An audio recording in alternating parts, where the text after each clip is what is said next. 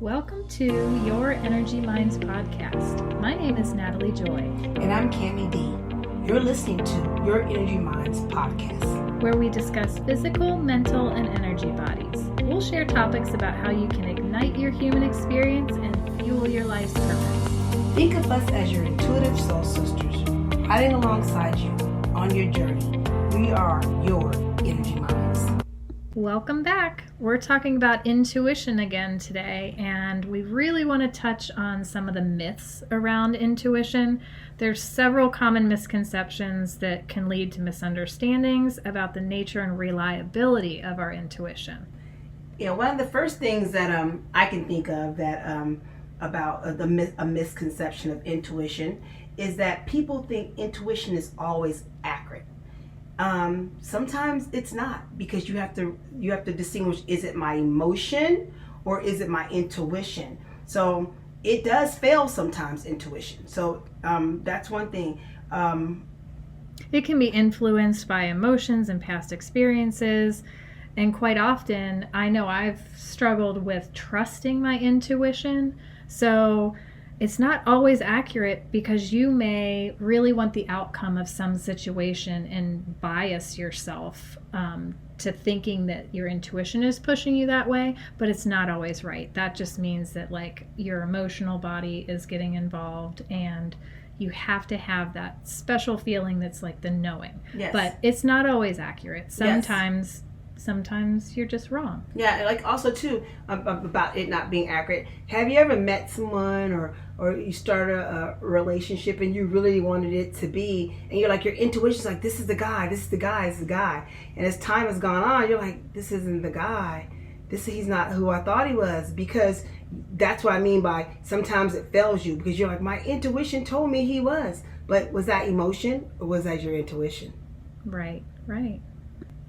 Another myth is that intuition is the same as guessing. It's really not the same as guessing. Intuition is a sense that you know it's right. If you're just guessing, that lacks any foundation, is purely arbitrary. But I think we've started this new weekly card reading where you can pick from 3 cards. We pick 3 cards. You get to pick which one you feel intuitively drawn to. And I even said in the first video, if you're not feeling drawn to any card, you can just randomly pick one. But what I mean by that is it's not that you're guessing which one goes with your intuition. It's just, even when you don't realize your intuition is drawing you somewhere, it is. So if you feel like you're guessing or randomly picking a card, as that example, you're actually being led by your intuition. You may just not feel it. So that card or whatever decision you're making is actually the one that's meant for you. You may not get those internal knowings though, but we feel like, I know in our experience, Cammie and I, everything happens for a reason. Mm-hmm. So whichever choice you decide to make is actually your intuition leading you and guiding you in the right way.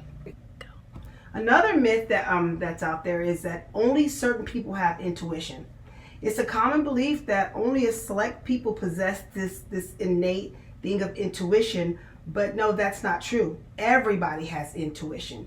It's just your ability to listen and pay attention to it and quiet your mind so that you can hear your intuition.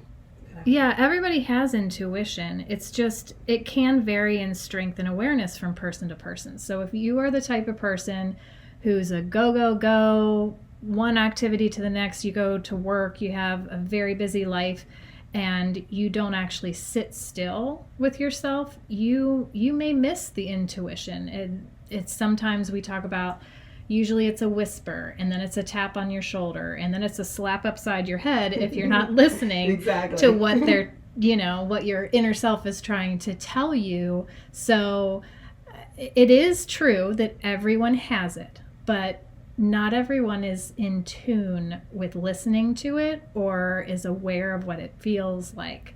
Or pays attention to it. Yeah. Another myth is that intuition is unreliable and unscientific. While intuition may seem subjective, it can be informed by patterns in subconscious processing of information. There's psychology and neuroscientists who study intuition, and they really recognize the intuitive insights. If you think about certain jobs that require your intuition, I can think of detectives, police officers who go into a house or pull a car over. They get intuitive hits, and they can tap into their intuition. It's a survival mechanism for them, and it's also gives them a lot of information going into certain situations. And there's lots of jobs that use that intuition. Yes, the next one is intuition is a magical or mystical process.